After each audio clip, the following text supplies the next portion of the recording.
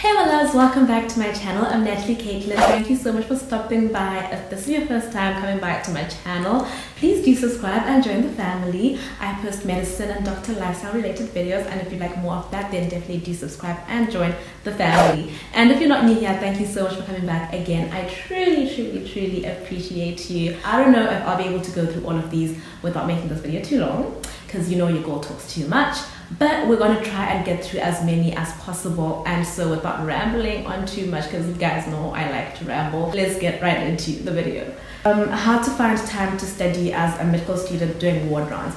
So what I would say is that if you're in internal medicine, for example, and you know that currently you're in the cardiovascular, in the cardiology section of the internal medicine department, then in the evening after your clinicals, go and study the topics that you saw the patients have. It makes your life and studying a lot easier when you actually study what your patients have, because the information retains, it stays in your head, and also you get more questions to ask. The medicine makes sense, the dosages make sense. Don't be that person that is studying pediatrics while you are in your medicine rotation and in a TB ward. Like, do whatever it is that you're seeing in the hospital and take that home and find out whatever it is that, whatever complicated, if you had a diabetic patient who had DKA, then go and see the complications of diabetes, go and see how diabetes is managed, go and see how to manage DKA, and the next time you have a DKA patient, you will know the protocol from your head. Do you have any advice for people that want to study medicine in China and life hacks for living in China? So I actually just filmed a video titled Why You Should Not Study in China, and in that video I go into details about all the things that you should consider before studying in China. And I also have another video from 3 years ago titled Should You Study Medicine in China, and in that video I gave even more details, like down to the medical education system, how to choose a university, the accreditation and all of that. So for me, the things that I would say consider before, like for advice for medical students wanting to study in China: do your research on finding a proper university, do your research on the system and the curriculum of the university that you're going to, and then also obviously you want to make sure that you're going to be willing to work hard. I apologize for the background noise, it's very windy today and leaves are falling, branches are falling, a lot of things are happening outside. But yeah, again, if you want to study medicine in China, be prepared to do a lot of extra work, like by yourself. Be prepared to be self-motivated, because no one is going to force you to study, child. You're out there by yourself. It's you and China and your books, and China is fun. So yeah, make sure you're a focused person who's driven and self-motivated. How to keep your passion when it gets hard and no one believes in you. You have to remember why you started. Remember, you're not studying medicine for anyone else. Yes, you're studying to help others, but at the end of the day, you're the one that's making the commitment. You're the one that's making the sacrifice. You're the one that has to put in the hours, and you're the one that has to find motivation from somewhere. So that thing that made you start this journey in the beginning, make that be the thing that keeps you going and keeps you working. You don't need anyone to validate you. You don't need, whether it's your teacher, your professor, your friends, your classmates, whatever, you don't need anyone to tell you, yes, you're doing great. You know yourself that you're doing great. You know yourself that you're doing better than you were doing before. So you should just make yourself your goal, your motivation. Don't set unrealistic goals and things outside of, you know, yourself. Make yourself your own standard. Like what I always say is that if last year you got 55%, this year get 60, the next year get 75, the next year get 80, the next year get 90. Work like that. Don't seek validation from others, and this applies to anything that you guys want to do in life. Never ever be that person that seeks validation and attention from others to say, okay, you're doing well, and that's going to be what's driving you to keep going, because that is just going to set you up for failure and for disappointment, because nobody cares about you. And that is this harsh, and that sounds so harsh, but no one cares about you. No one owes you anything, right? You're the one that owes yourself everything. So yeah, don't lose hope, child. Focus on your goal, your dream, and look at the end of like the road. Like when you finally get this thing, how happy you're gonna be, how fulfilling it's gonna feel. How do you deal with burnout? I get off social media and I sleep. I feel like this is so obvious for me. Like every time you guys see me not posting anything, I am tired and I don't care about anything else other than my well-being. And that is typically why I go off. So like if I'm burnt out and I'm tired of medicine, trust me, I'm not doing anything else. I'm going to work, I'm coming back, I'm sleeping and I'm eating and I'm sleeping and I'm repeating until I feel like, okay, I have energy in myself, other people again, let me do this. I really hope you guys can hear me and that sound is not too loud, because I can't literally go and stop the wind outside. And again, like we are busy. This is the only day that I have to film this. Okay. Do you get overwhelmed or stressed due to work? Tips on how to deal with it. Of course, like medicine is very challenging in the sense that sometimes you will do your best and it still won't be good enough. Like you will put in everything you have and it will look like you've done nothing. So that can be very stressful and overwhelming, but you always have to remember that you win some, you lose some. You do well, you do bad. Every step is a learning moment. And so there's that. But for me, it's really just like a mindset thing. Like when I focus too much on the negative and the bad, on the, oh, this is not good, oh, I got yelled at in the hospital, oh, my patient is not getting better, oh, I forgot this medicine, oh, I prescribed the wrong drug. Focus on the good. Like, yes, learn from the mistakes you've made. Yes, learn from the criticism you're getting. Yes, learn from the challenges you're facing, but don't let them define you. You're not your failures. You're not your weaknesses. You know, own your strengths and maximize on those. I feel like this is becoming a motivational video. Hey, I'm curious about the salary differences between Botswana and Tanzania. So Tanzanian doctors don't get paid a lot, surprisingly. I don't know, I mean, this is something I knew before I even came here, but like when you're actually here, you realize like how little they get paid. And that's like looking at it from an international standard. Looking at it from a Tanzanian standard, they get paid quite okay, because your lifestyle, you can afford it with your salary. But I remember in Botswana, they used to get something around like anywhere from 12,000 pula to 15, 18,000, like 12,000 to 8,000, let's say that was the range for like junior doctors and non-specialists, basically, let's just say. And that's about what, let's just put it at an average of $1,500. And then here in Tanzania, doctors, junior doctors as well, up to like before specialist level, get paid anywhere from like 1 million, 1.1 M to like 2.5, let's say 3 M. So that is, let me just quickly calculate that. Let's say 2.5 M, because that's definitely on the high end, because most people are getting less than less than 2 M. So that's like around $1,000 less. So most are getting less than $1,000, and then some are getting like 1,000, being like a lot. So yeah, definitely you get paid more in Botswana than here, but there's also a lot more work in Botswana because they are very understaffed and they lack resources, and it's also a lot more stressful and stuff. Do you have any business ideas that a medical student can start within the medical field? So there's a lot of things you can do. Like I did like graphic design, web design, and you know, those kind of things, and I started a business for myself. If you have a skill that you can monetize, use that. If you can teach something, do that. Teach. I know a lot of people in China like to teach English. That is a side hustle. They make a lot of money from that. A lot of people like to, you know, become entrepreneurs. Maybe they like resell items, like very easy things. I feel like you should start with what you have or what you can do, or start with something simple like reselling stuff, making things, you know, things that are easy to do and that won't take up too much of your time. Yeah. Which rotation is best to go for first? Definitely internal medicine. This is an easy answer for me. If you start with your internal medicine rotation, everything else becomes easier. I would actually say do internal medicine, surgery, peds, gynae, or internal medicine, peds, surgery, gynae. You can always save gynae for last because you're going to enjoy it that way.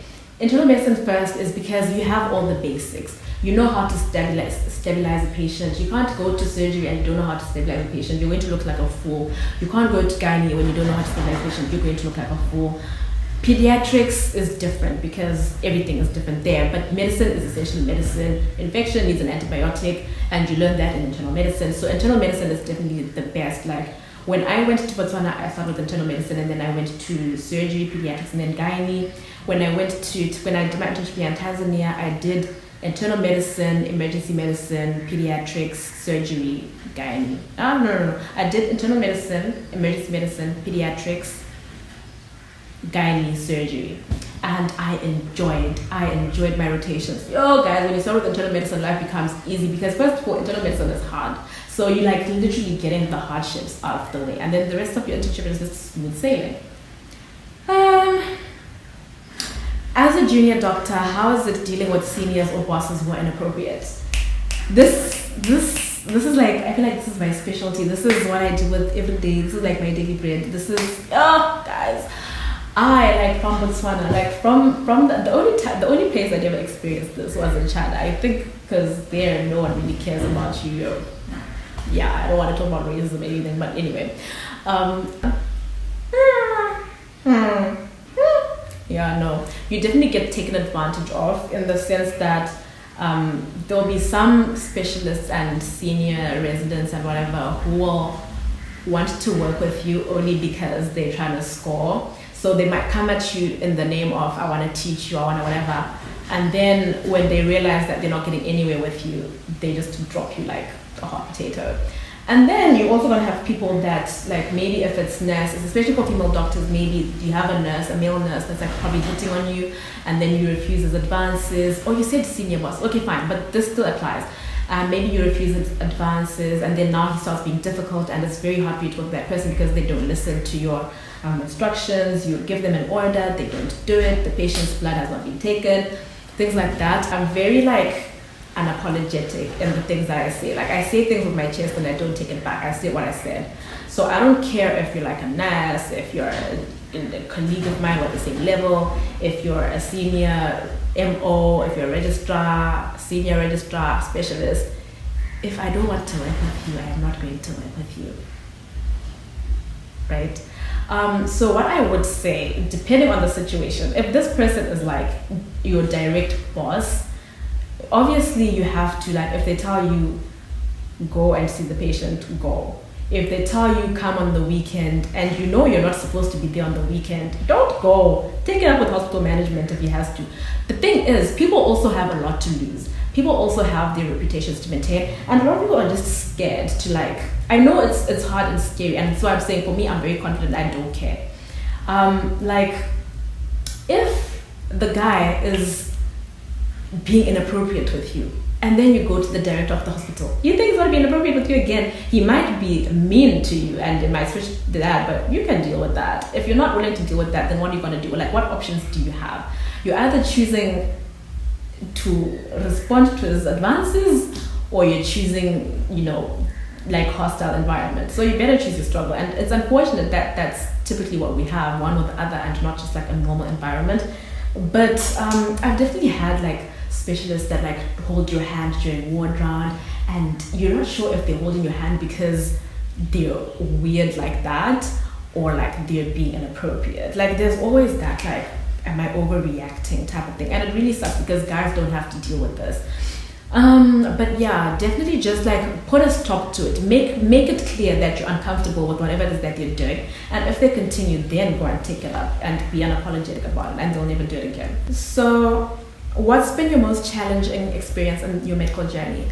For me, I would say like all the moves. I sometimes wish I could have just I don't regret any of my moves and any of the things that have happened in my medical career, but I do feel like my life would be a lot easier if I just stayed in one place, because this thing of having to readjust to a new medical system, a new healthcare system, a new group of people is very challenging. It's not easy. It definitely takes its toll on you, and you definitely feel like a nomad, like you feel like you don't belong anywhere. And that's currently, well, not currently, but that's definitely how I was feeling towards the end of last year. Right now, I'm very fine. I'm very comfortable where I am.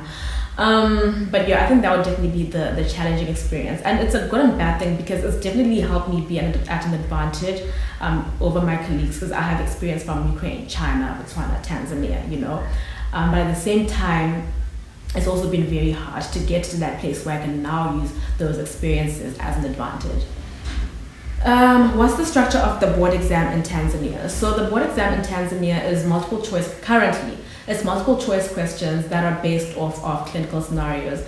So you have medicine, peds, gynae, and surgery. It's a 3-hour exam, 150 questions. So you have this whole history and then multiple choice. So the multiple choice question can either be, what's the best investigation?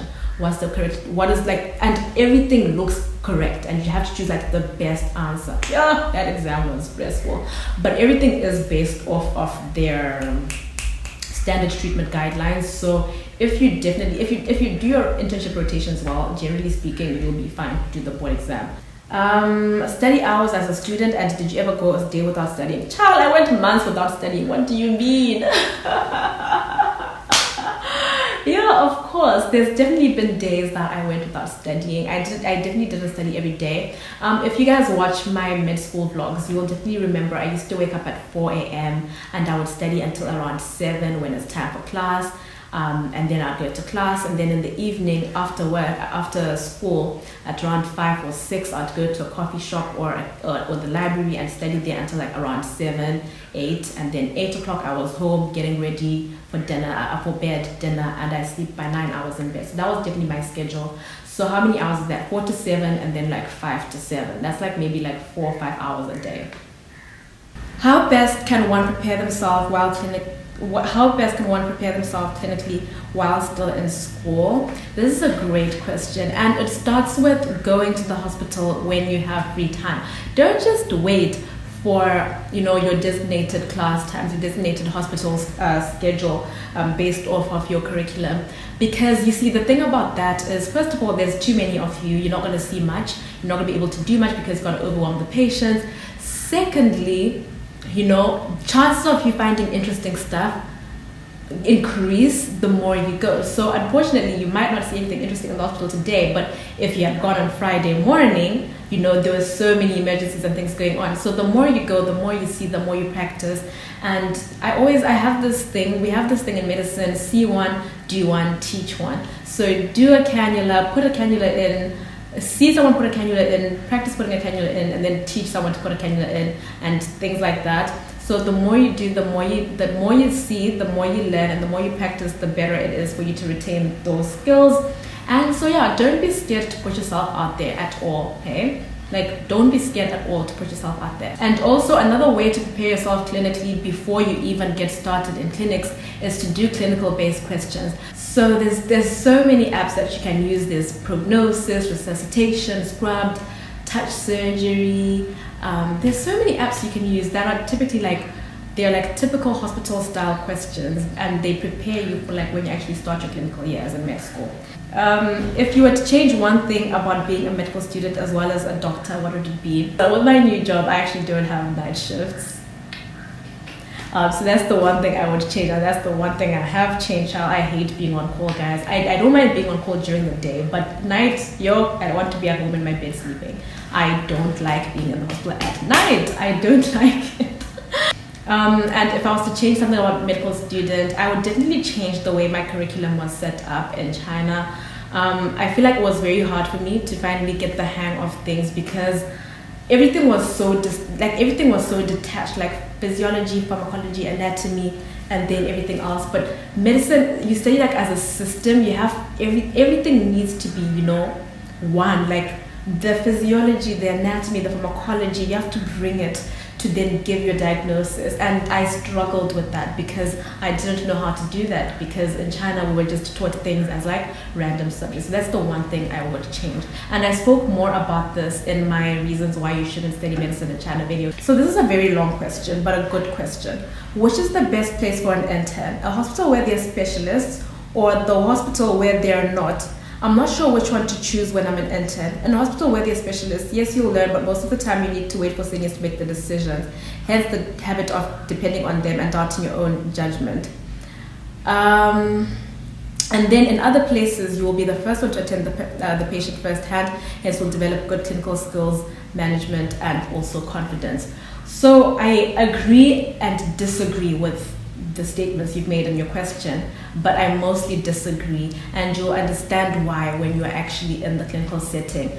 Now, in Botswana, I have the privilege of, I have the privilege and the advantage of having experienced both of these situations. In Botswana, there were no specialists. There were very few specialists. There were lack of resources. A lot of the times, I was the only person to see a patient, even though I wasn't even a doctor at the time. I was a student at the time. Right? And then here we have super specialists all over the hospital. Everyone is, specialized essentially. So the thing about practicing in a place where there's no specialist is, yes, you're going to see a lot of patients, and you're going to get to practice the skills that you already have, whether it's taking cannulas, taking history, giving death reports and counseling patients, whatever it is, you're going to do a lot of it. The basic procedures, a lot of stitching, a lot of, the basic things you're going to be able to do. But once you're done as an intern, you need to have skills that will help you to survive medicine outside of internship. And that is the one thing I was going to lack had I stayed there. And that's the one reason why I'm always saying I wouldn't have stayed there, right? So a lot of the times that you have medical officers that don't really have high value skills, medical officers that don't know how to put a central line, don't know how to put a chest tube, how to put a femoral line, how to do, procedures that are considered basic in medicine but above intern level. You don't know how to do that because no one taught you, because you were just there being a doctor gaining confidence. So you have confidence to see patients, but you don't really have skills. Now, in Tanzania, I kid you not, guys, I was doing laparotomies. I was doing laparotomies because I had super specialists to teach me to do these things. I was doing guys, I was doing so many things as an intern here. I can't even, from the top of my head, I remember there was definitely a time that the registrar in surgery was injured, and he wasn't being able to do procedures because his hand was in a cast or whatever. And I was the one that was putting all the chest tubes in the hospital because I was the only one that could do that. Interns and medical officers together, I was the only one that could put those chest tubes in, and I was the only one that had the confidence to put those in. So you need a balance of both. Don't go to a place that has no specialists, because you're not going to learn anything. You're just going to be seeing patients and seeing patients and seeing patients, but you're not really learning anything. Yes, you can learn from books, but that experience and knowledge that you get from the people that have gone above you, the people that have gone to school and actually know what they're doing, it's unmatched. It's valuable. You can't get it anywhere else other than just learning from a specialist. And at the same time, don't go to a place that's too super specialized and they don't even let you do anything, because what's the point in that, right? So you need a good balance of both. That is essentially my point. But if I had to choose one or the other, I would definitely say go with the place where they do have a specialist. How do you know medicine is for you? Look, if you like suffering, if you like being broke, if you like working hard, if you like not sleeping, medicine is for you. I'm joking, guys. I'm definitely very much against the notion that smart people should study medicine. No, smart people should make computers or something. Passionate people should study medicine. So if you really, really, really love sacrificing your time for other people, you like investing in other people, then definitely medicine is for you. And if you're hardworking, if you are self-motivated and driven, and you're just willing to give so much, then definitely you'll do well in medicine, because medicine is all about that. Because when you're on night shift, it's 3 a.m, you haven't had dinner, you haven't eaten since breakfast yesterday, and you're going to be in the hospital until 2 p.m. later on in the afternoon, and you're tired, you can't sleep, and there's someone literally about to die next to you, the only thing that's going to keep you going is your drive, because you are literally going to be physically tired, mentally tired. Guys, medicine is really draining, and it can be really toxic and stressful. And so if you're a person who can deal with that, a person who knows how to manage yourself and just take care of yourself as well, so that's really important. And that's part of not knowing how to take care of yourself is part of the reason that a lot of people really struggle in medicine and end up dropping out, or end up being drug abusers. And when I say drug abusers, I mean alcohol abuse, because it's not a secret. A lot of doctors are alcoholics, And so, yeah, if you know that you can't positively deal with things, then stay away from medicine. My grades were not so good, just average for the past 4 years. Do you think there's room for improvement? Definitely. You can be in your final year of med school and pull your socks up. There's definitely room for improvement, especially in your 4th year, because 4th year is fourth year was actually the year that I decided, I need to. I wasn't failing or anything, but I definitely knew I could do better, and that's the year I decided I needed to do better. And that's the year that I was getting 90s, 80s. Because in other years I'd have a 90, a 65, a 75. It was not consistent. But in my 4th year is actually when I decided let me wake up, let me be serious, and let me be consistent and proper with myself. So definitely there's room for improvement. It's all in here. If you decide to wake up today and tell yourself, after this video, I am not getting another useless mark again, that's you. You can do it. You can do anything you set your mind to if you just work hard and believe and pray. Do undergrad grades matter when applying for residency? Yes, they do. And a lot of people think they don't, but they actually do. Even your internship grades matter as well. So it's very important that you take yourself seriously. They're not going to matter as much as your like internship grades, but they definitely do play a role. If you were playing around in mid school and someone else had like all A's and like a 4.0 GPA, obviously they want to choose that person over you, right? So they definitely do matter. Is there anything you miss about med school now that you're a doctor? Definitely. I miss the feeling of being in the hospital and doing stuff, but it not being my responsibility. I miss being able to walk away and be like, nah, I'm not doing that. I don't need to do that, and going. I definitely miss that. I 100% miss that. Now as a doctor, it's like the responsibility is yours and you can't dump it off to anyone. And unfortunately for me, I didn't even have medical students in my hospital to dump it all on. So, that I definitely miss that, like doing things because I want to, not because I have to. I'm a final med student and sometimes it's overwhelming. How can someone keep up? Remember why you started and you're almost at the finish line. Like you're literally at the finish line. It's just a few more months and you're done. Remember, like see your graduation gown at the end of, when you sit, if you have to take a picture of graduation gown and put it in front of your desk when you're studying so that motivates you, so be it. But you've come too far to give up now. It's hard, it's gonna get harder, but you started this and you've made it this far. You just have to keep pushing. So a lot of, I got some things about like fatigue, imposter syndrome and books and all of that, but these are things that I actually do want to address in like separate videos, and there's definitely going to be a lot more videos coming from me this year. We have gone back. I think if you watched my May reset video where I came back from having been silent for months, I talked about how I'm going back to what I initially purposed this channel for. I'll definitely be posting more like doctor life videos, more med school videos, because I know a majority of people that follow me and are subscribed to the channel are medical students, and I don't know why I wouldn't post content for that, because that is why I started this channel anyway, right? So yeah, I really hope you guys enjoyed this video. If I haven't answered your question, please just put it in the comment section below, or if another question came up into your mind, just leave it in the comment section below. If you have any video recommendations, any video suggestions, ideas that you feel like I should do, any criticism, constructive criticism, again, leave it all in the comment section below. I really hope you enjoyed this video. Please leave a like, subscribe to my channel if you haven't already, turn on your post notifications so you never miss a video from me, and I will see you in my next video. I love you guys. Mwah.